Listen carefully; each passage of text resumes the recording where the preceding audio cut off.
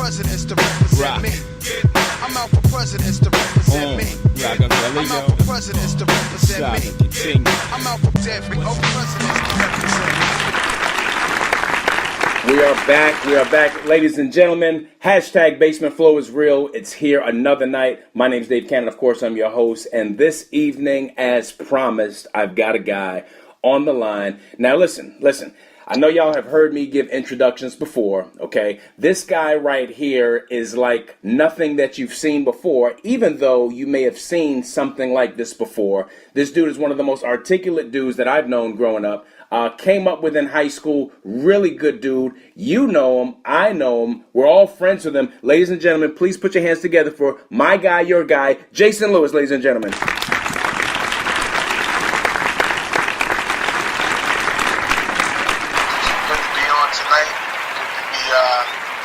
Good to have the floor to connect with my people that I haven't connected with in a while. And definitely a pleasure to be on this great podcast, man. It's crazy, man. How you been? I've been excellent, man. God is great. I'm blessed, and just out there kind of doing my thing, man. Yeah. A few different ventures, but I've been good. Been good overall. Well, now, we're in you and I happen to be in a couple of threads together and some other stuff. And I've seen you throughout, the last year or so post, various videos or intriguing conversations, freelance type of things, thinking outside the box, kind of provoking thought amongst other people, entrepreneurship, things of that nature. Where does that come from, and what has been your motivation with that? What is it that you'd like to get out with that? Well, it's interesting. My motivation for those things, and just, those things are me and how I came to be, probably from two different sources. Between being raised Seventh-day Adventist, I don't know if a lot of people know that. I didn't know that. But I was raised Seventh-day Adventist, so that, for all the listeners out there who don't know exactly what that is, the long and short of it is we basically had the same principles as Hasidic Jews. We observed the Sabbath from Friday night sunset to Saturday night sunset. We couldn't do anything secularly, so that's what my lifestyle consisted of. That coupled with cutting hair, being an entrepreneur early. My mom was a hairdresser. Yeah.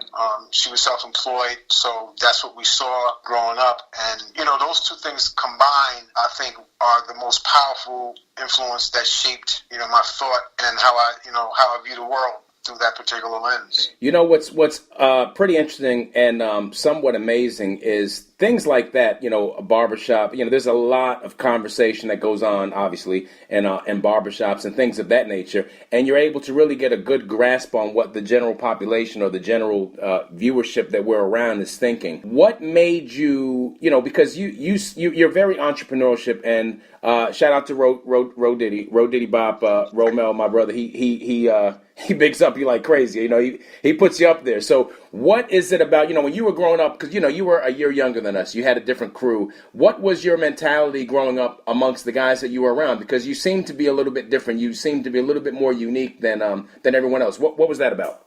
Well, definitely got a shout out to my man, Ro Diddy Bop. He's definitely been a very strong component, supporter. Nothing but love for him. And keeping it 100 apparel is doing well, and all other things that he's involved in. Shout out to 914 Apparel, that's right. To answer your question, looking through life through those lenses, and to kind of expand on the, I call them constraints that they felt like, based on my religion, back in those days, we couldn't go roller skating. A lot of the parties that were happening Friday night, those kind of events. See, I never knew that. Right. That's crazy. I never knew that. Right, and we just simply couldn't attend.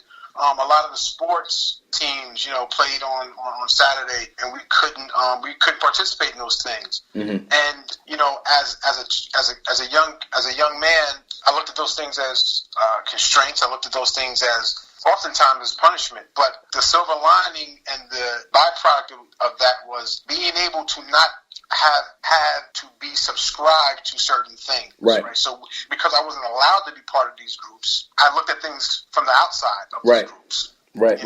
And that gave me a certain vantage point to where certain people, if you play sports, you subscribe to that camaraderie, but you subscribe to a group. If you hung out on Friday nights or went to certain parties, it was an extension of school in your clique, and you expanded that interaction. Right. Me and my brother weren't really afforded those opportunities, but like I said, the positive byproduct of that was were able to see things from, a different vantage point. And that kind of fine-tuned my view of things in terms of looking at things from a different perspective that was outside the box, like you said earlier, like you coined it earlier, outside the box. Sometimes it's good, sometimes it's bad, but it allowed me to see things and kind of take advantage of certain things. When you see, a herd going a certain way and you understand supply and demand, you're kind of able to get in front of things because you're not part of it. Right. See, here's my thing, right? This is where I grew up. I was of the opinion, and I don't mean this disingenuously, but I was of the opinion that what the majority of the people did had to be stupid. If everyone is doing it or thinking it, then it's probably not a good look. I was always into kind of looking at the reverse angle and seeing what everyone's not doing. Maybe that's the thing that's cool. Maybe what everyone else is thinking. I remember vividly, especially through my college years, while guys are, playing PlayStation or doing various stuff, man, I'm like, someone out there right now is plotting your destruction or plotting a plan to earn major revenue off you while we're just sitting here, thinking life is good and everything's everything. I always believed in thinking 4 or 5 steps ahead, because the 4 or 5 steps ahead that you prepare yourself for typically don't happen. And I was very frustrated that a lot of the guys didn't seem to really think that way. And sometimes it makes you feel a little bit awkward, a little bit out of place. And sometimes you learn to embrace it, and you embrace it as a positive thing. How do you feel about any of that stuff? Is that relatable? Oh, it's totally relative to me. And I think that as human beings, right, we're lazy. And when I say we're lazy, I'm not saying that we don't want to get up and go to work and provide for ourselves and our family. But I'm saying that from a psychological standpoint, we're lazy. So when things come at us, it's human nature to put things in a certain box. Right. And to your point, when you have a certain trend or a certain flow of things in a certain way or a certain belief, what happens is one person comes up with the idea and it's just easy, right? You don't have to think. Right. And you just follow along. Yeah. Now, I don't think that most trends or all trends are stupid. I just think that, and I don't think they're all wrong, but if you give it an honest thought and you still agree with it, then I can see that. Sure. But when you just follow along, it just doesn't make sense. I mean, I can look at, we're from an era where everything was kind of, in terms of fashion, everything was kind of big, hanging off of us and stuff like that. Now, everything is kind of tight and skinny, and it's just kind of like you're following a trend, but is that comfortable? You don't even look comfortable. Where does that come from? Right. Right, but you don't look comfortable in skinny jeans because my man machinery is not comfortable in some pants that's two times small. Right. So that's just a sample of that's an example of thinking versus following a trend. Let's think pragmatically. This is just not comfortable, so I'm not going to wear that. I don't care what the trend says. Right. Yeah, someone told me not too long ago, we're going to take a commercial break here in a minute, but someone told me not too long ago that critical thinkers just don't exist on their own. They have to kind of pull that stuff out of them, and it's in there. But this is the hashtag Basement Flows Real. We're going to take a break. We'll be right back here with my man, Jay Lewis, in a minute.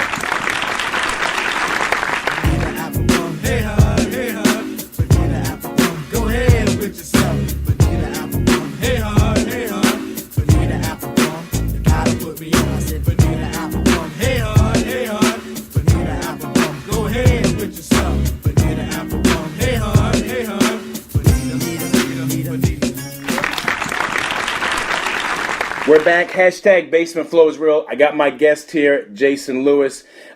Jason, let me ask you this. You have been in that area affiliated with where we grew up. I would normally say White Plains, but shout out to All County Kev. I got to say Greenburgh. Is there a cloud you may see that may encompass some of Greenburgh? Got to shout out my man All County Kev. Keeps it real. He's a monster. That trail is going to be a beast. Oh yeah, the Greenburgh Untold Story. Yeah, that's going to be good.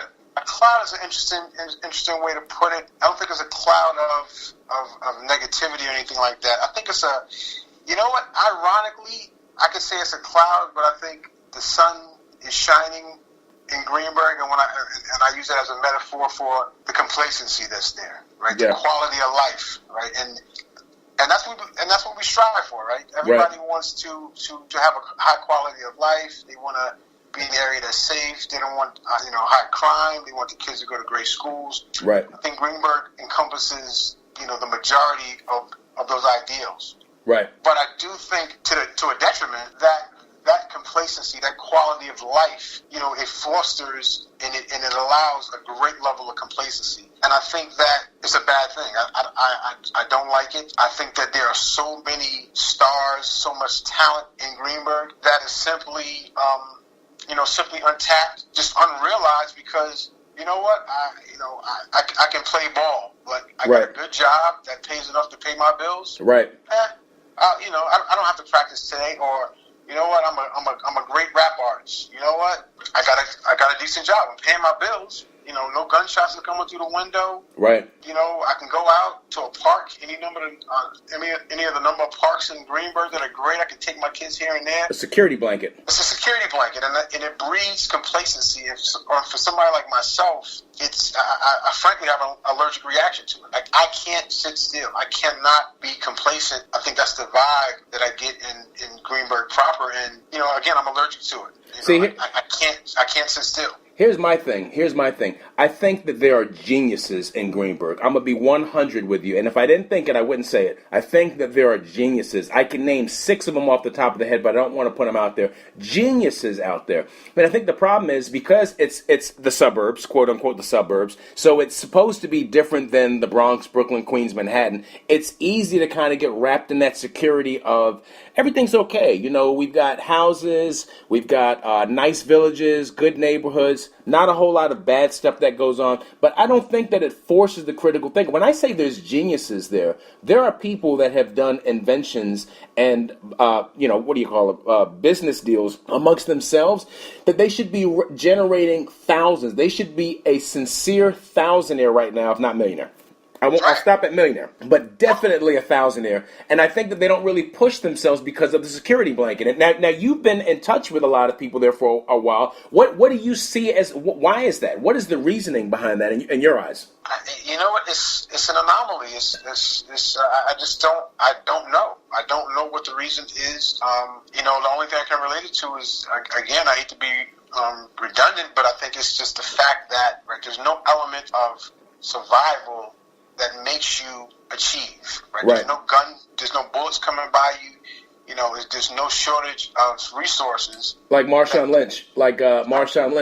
Exactly. From Compton, right? He's from Compton or some rough area in L.A. Right. And, when you have those elements that force you to make a choice between living and dying, if you decide to live, you make good on your talents. You foster those talents and you maximize them. And think a big word, it's a little word, but it has big implications, is choice. Right.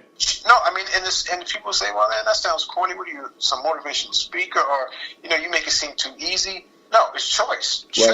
Choose to do something different, right? Instead of choosing to spend your money doing something frivolous that, when you wake up the next day or you wear them Jordans and 2 months later, they wore out, invest that somewhere else.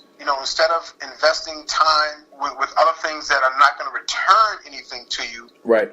Make a choice to do something different. I mean, ironically, there's 2 ironies I want to point out. Now, Mark Zuckerberg is from Dobbs Ferry. Right. It's not Greenburgh, but it is part of one of those. It's close enough, right? Right. Well, technically, as per the Greenburgh trailer, it's a village. One of those pepperonis on the pizza pie. It's a pepperoni, right? Exactly.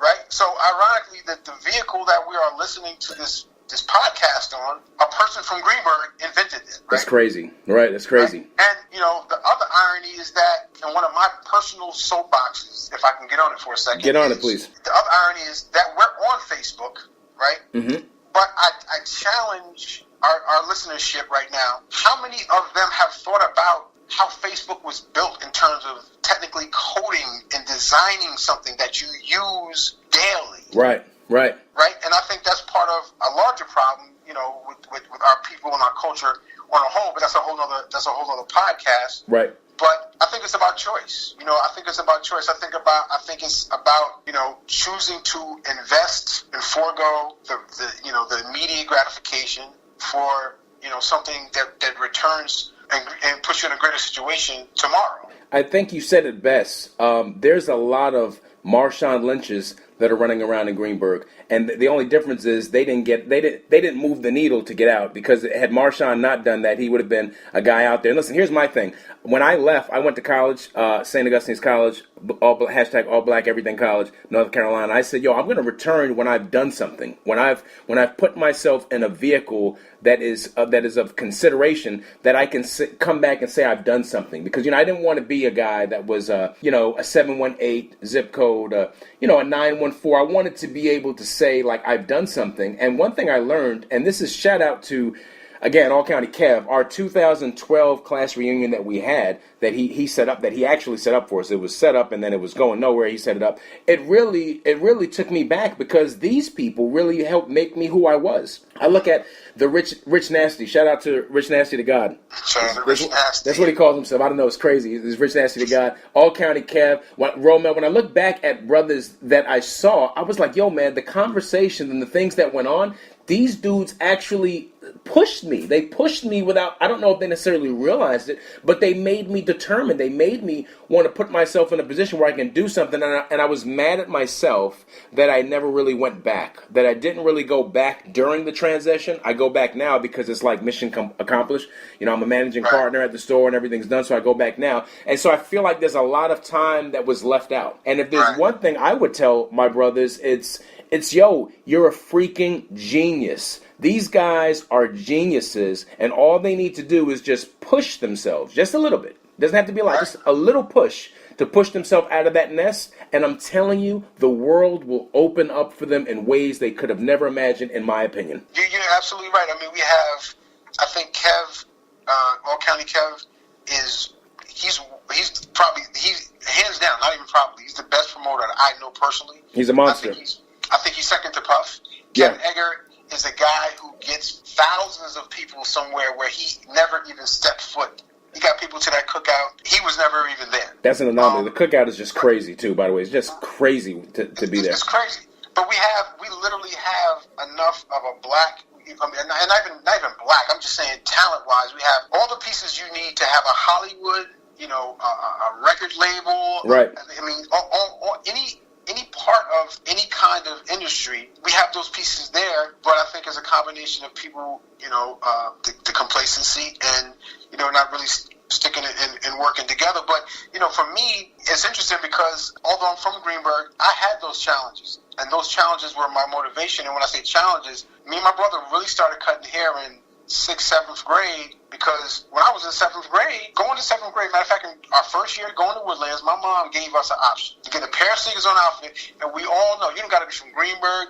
As long as you live in the United States, you know what it is to go to school on the first day and not be fresh. That's right. You all know the glory or the ridicule you're going to endure if you're on either side of it. Especially in Woodlands. Absolutely. So my dilemma was outfit, sneakers. I get sneakers, my outfit's going to look bummy, but I'm going to be fresh on my feet. I get an outfit, but with crummy sneakers, I'm dead in the water. I'm going to look crazy either way. I chose some sneakers. But the survival, right, because it's a social survival consequence now, right, that drove me to say, look, all the guys that couldn't get to Ferris Avenue and the White Plains to get their hair cut, listen, we're gonna cut your hair for half the price. And we're going to get y'all fresh. Your mom, they got to worry about putting y'all on a bus and giving y'all money for snacks. Right. Right here in the neighborhood, come on around the corner to our crib. Your mom's know where you're at. You get a discount. Shoot, you can put half that money in your pocket. The Lewis brothers had the cuts. They definitely had the cuts. They definitely had the cuts. I'm going to take a commercial break right now, ladies and gentlemen. It's about to get heavy. My guy, Jason Lewis, we'll be right back here in a few minutes.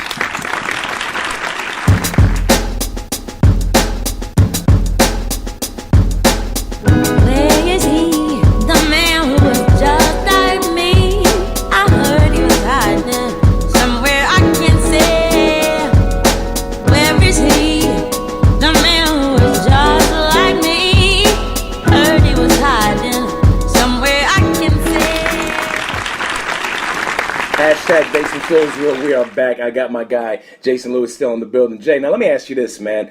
How was that, growing up with a twin, our school, Woodlands High School, you went from 7th grade all the way up to 12th grade, and of course there's RJ Bailey and everything else. How did that work? Did that help you in any way? Did that make it strenuous? What is it like having a twin, an identical twin at that? Yeah, shout out to my brother Jamon Lewis, the ultra uber talented cinematographer. Just a brilliant guy. We gotta get him on the show too. Yeah, he's brilliant and is absolutely and definitely talented in his own right. It was interesting growing up with a twin. It's so funny, the public perception or misconception of twins for people who don't know twins very intimately or don't have a twin in their family is that, one is the master and the other one is the controller, right? Right. So I was born and then they cloned me and made that Jamon, and now I got a remote control and I'm making him do what I want him to do. Right. And, and as obvious and as funny as that is, and, untrue as that is, it was great having a twin. I mean, you always had somebody who had your back. I mean, most people from Greenburgh listening to this probably remembers our fights because we were infamous for fighting, and I think a lot of people, honestly, in retrospect, pit us against each other or divide us and conquer us that way. But it was good, man. It was good. It was it was a constant competition. It kept us on our feet. You kind of like a sideshow. Oh wow, you guys twins. Now I got to ask you this. The thing with twins, it's like if you're talking to a girl, is the girl going to be able to know the difference? Did you and Jamon ever have a situation where some female lady friend or whatever thought one of you was the other, or was it never really like that? Was it always able to be identifiable? You know what? It's interesting because with females or people in general, I find that it's like you have two categories. You have people who have known us for 30 years and still can't tell the difference. Right. Or you have people that meet me, in 5 minutes they'll see my brother, or they meet me once and they can tell the difference between us. So it's always been. It seemed like people fell into those two different crowds. Females, not so much. You didn't have that problem. We didn't really have that problem because I guess it's just a different perception that females have of males. Yeah, we didn't have fun in that regard. Did Woodlands High School, growing up in Woodlands, in that, how did that? You got a pretty big family too, didn't you? Aren't you related to Atlantic Star? I thought they lived on my block at some point. Yeah, we did. You got a pretty big family. Definitely. We had that Atlantic Star thing. A lot of teachers remembered my uncles. My cousin Teron Lewis, shout out to him. Yeah, he's heavy into the music, been for years. He was in Woodland when I was there. A few years older than me. But yeah, we had a pretty decent sized family. Yeah. Relative to the other kind of clan families that we had in Greenburgh. But he had a decent sized family. The Thigpen clan is pretty big too. The Thigpen is. Oh yeah. They're like they can start a county probably, and arguably they're pretty big too. Yeah, they're pretty big. So now when what are your influences? Would you say Greenburgh, Woodlands High School? Where do you think some of that stuff kind of shaped you? I got to shout out my man Vaughn Cleveland, VC the Barber, Corey B, Keith Greenhill, Derek Burt, Dwayne Burt. Those guys were heavy influences on me, especially Vaughn, Corey B, the haircutting thing. I remember Ferris Ave, right? That's Ferris Ave? Ferris Ave. Yeah, okay.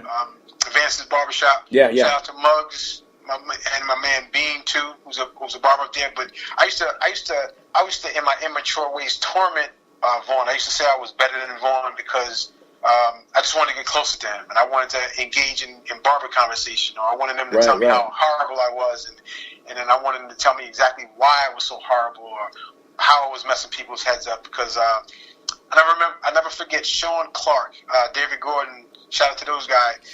Sean Clark used to come to school with a haircut from Corey B. The next morning after getting his haircut, it looked like he literally just left the barbershop, and in my nascent barber life, I couldn't figure out how Corey B would cut this guy's hair, and the next day it looked like he had a fresh haircut. That's right, yeah. Vaughn was the same way, and I used to literally walk with Vaughn down to Burger Deli, to get pizza, and I remember Vaughn with that 2-finger ring, the 3D rings. He used to have two of them, one on each hand, and we used to eat pizza, and Vaughn used to tell me about cutting hair and how he did it, and Vaughn, I'd have to say, man, like Vaughn was my idol, man. Corey B, definitely my idol. Corey B was stylish. Vaughn was very stylish also, but Corey B I didn't have a as intimate a relationship with Corey B in terms of mentorship with the barbering. Yeah. I envy his work. I mean, Corey B to this day is nice. Shout out to be the barber down there in Georgia. Nice with the clippers. Incredible.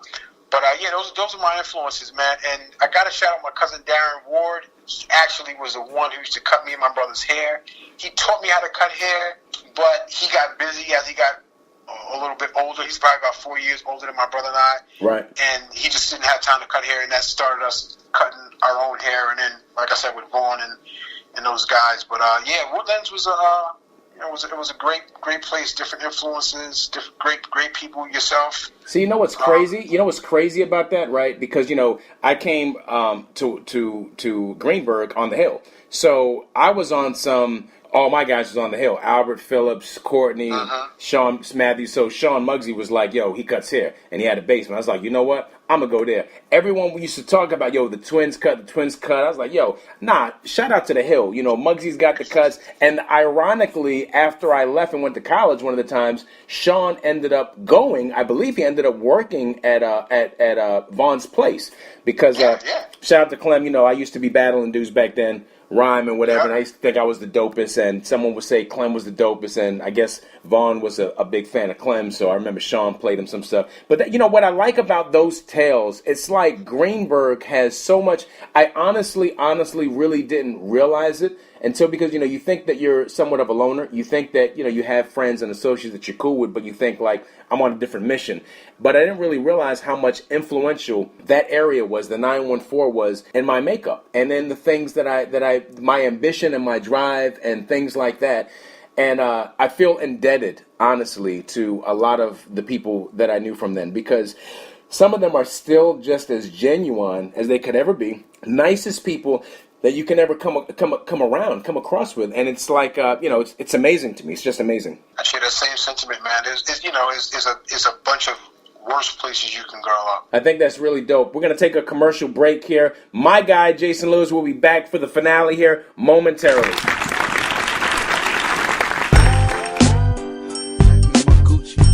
That's all I need. We was in the Crown Plaza with these hoes playing Salute G. And that's when I think I found her. She must have been one of my groupies. And as much as I love my ladies, I'm not trying to die from the coochie. But when I leave, just when I breathe.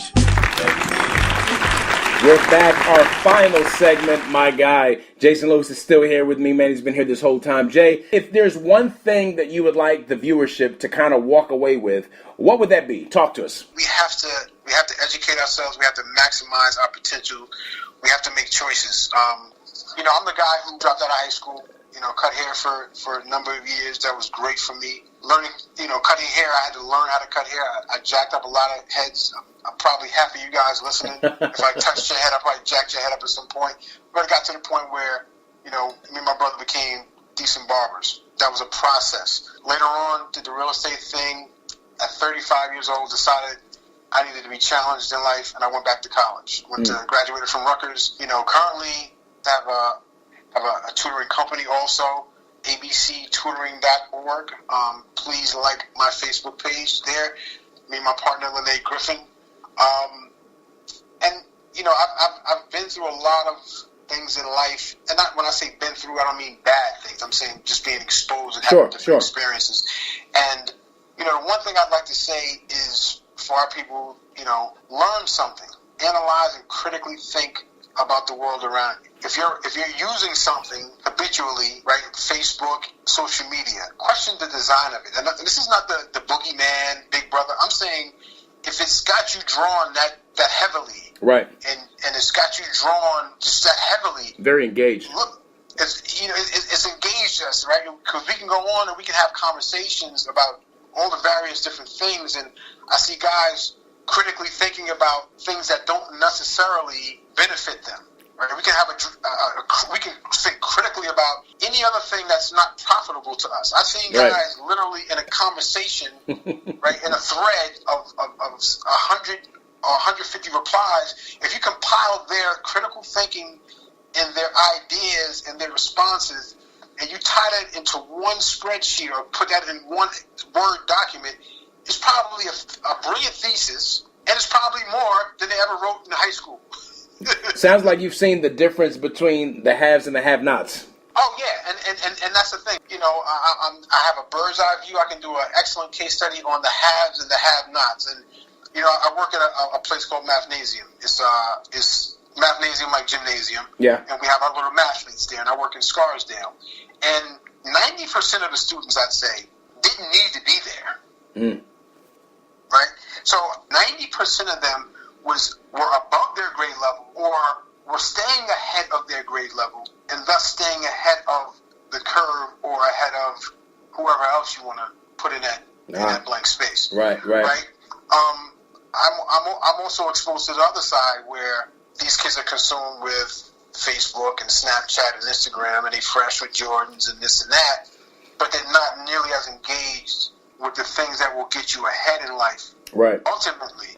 And I'm not casting any judgment, but what I'm saying is that the kids that come into Scarsdale Mathnasium, their parents read, their parents do math, their parents are educated, their parents foster a culture of education is cool. It's a challenge. It's a welcome challenge. Their approach to education is not one of punishment or resentment or overwhelm or fear.